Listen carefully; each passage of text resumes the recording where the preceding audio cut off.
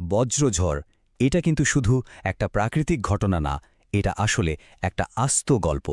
চলুন আজ আমরা প্রকৃতির সেই অসাধারণ শক্তির জন্মের গল্পটা শুনি।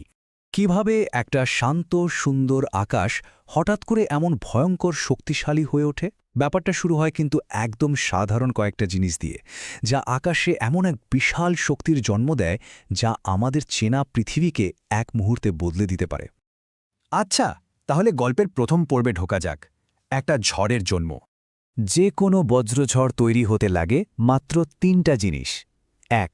বাতাসে জলীয় বাষ্প বা আর্দ্রতা। ২. অস্থিতিশীল গরম বাতাস। আর ৩. এমন একটা শক্তি যা এই বাতাসকে ওপরের দিকে ঠেলে তুলতে পারে। এই তিনটা জিনিস যখন একসাথে হয় তখনই কিন্তু প্রকৃতির এই বিশাল নাটকের মঞ্চ প্রস্তুত হয়ে যায়। শুরুতে দেখুন আকাশে ভেসে বেড়ানো সাধারণ তুলোর মতো মেঘ, যাকে বলে কিউমুলাস মেঘ।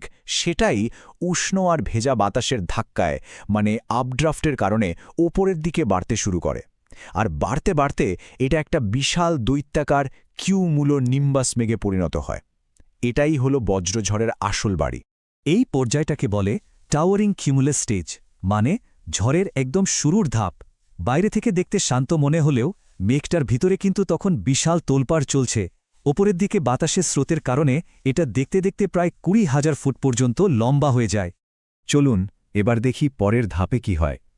কিভাবে এই বাড়তে থাকা মেঘটা একটা বিরাট প্রাকৃতিক ব্যাটারির মতো চার্জড আপ হয়ে যায়। এইবার ঝড়টা তার পূর্ণ দশায়, মানে ম্যাচিওর স্টেজে পৌঁছায়। আর এর উচ্চতা হতে পারে, ভাবা যায়, প্রায় ৬০,০০০ ফুট।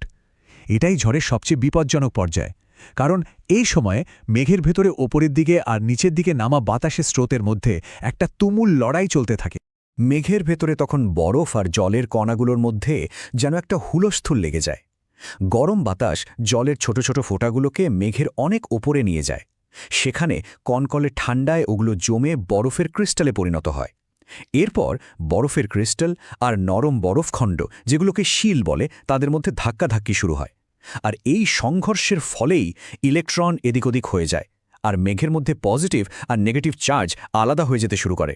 এই ছবিটা দেখুন, কি অসাধারণভাবে দেখাচ্ছে মেঘের ভেতরের সেই মাইক্রোস্কোপিক যুদ্ধটাকে। কোটি কোটি বরফকণা আর শিলার মধ্যে এই যে সংঘর্ষ, এটাই পুরো মেঘটাকে বিদ্যুতের এক বিশাল ভাণ্ডারে পরিণত করে। তো এই চার্জ আলাদা হওয়ার ফলে কি হয়?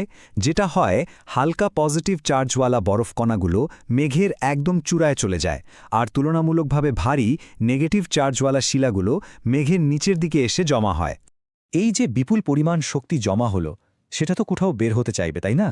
আর এটাই আমাদের গল্পের ক্লাইম্যাক্স বা সবচেয়ে উত্তেজনাপূর্ণ মুহূর্তের দিকে নিয়ে যায়, আর সেটা হলো বজ্রপাত।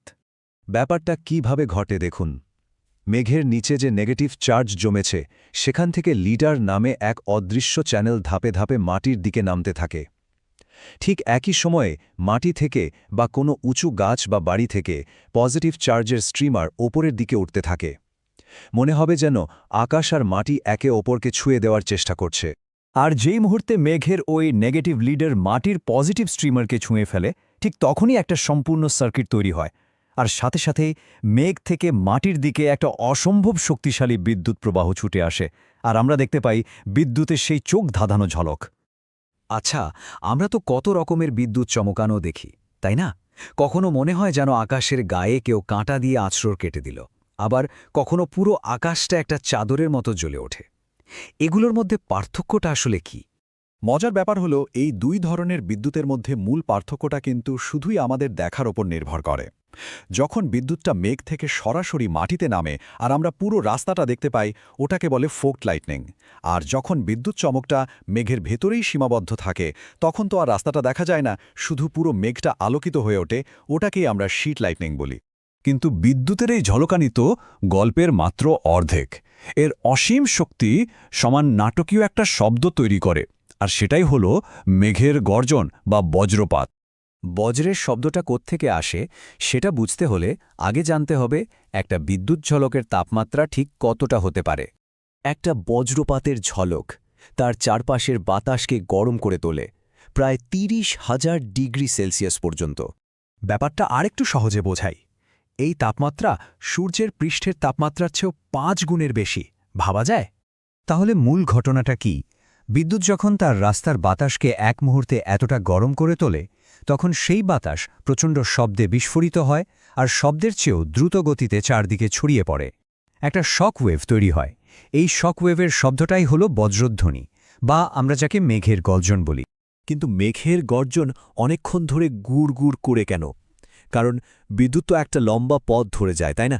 আমরা সেই লম্বা পথের বিভিন্ন অংশ থেকে আসা শব্দটা একটু আগে পরে শুনি, আর এই সময়ের পার্থক্যের কারণেই আমরা ওই গড়গড় বা গুড়গুড় আওয়াজটা পাই। বিদ্যুতের রাস্তাটা যত লম্বা হবে, মেঘের ডাকও তত দীর্ঘ সময় ধরে শোনা যাবে। ঝড় তার সব শক্তি বের করে দেওয়ার পর গল্পের শেষ অঙ্কে প্রবেশ করে। আকাশ আবার তার আগের শান্ত অবস্থায় ফিরে আসে। এই টাইমলাইনটা দেখুন, এখানে পুরো গল্পটা একবারে বলা আছে।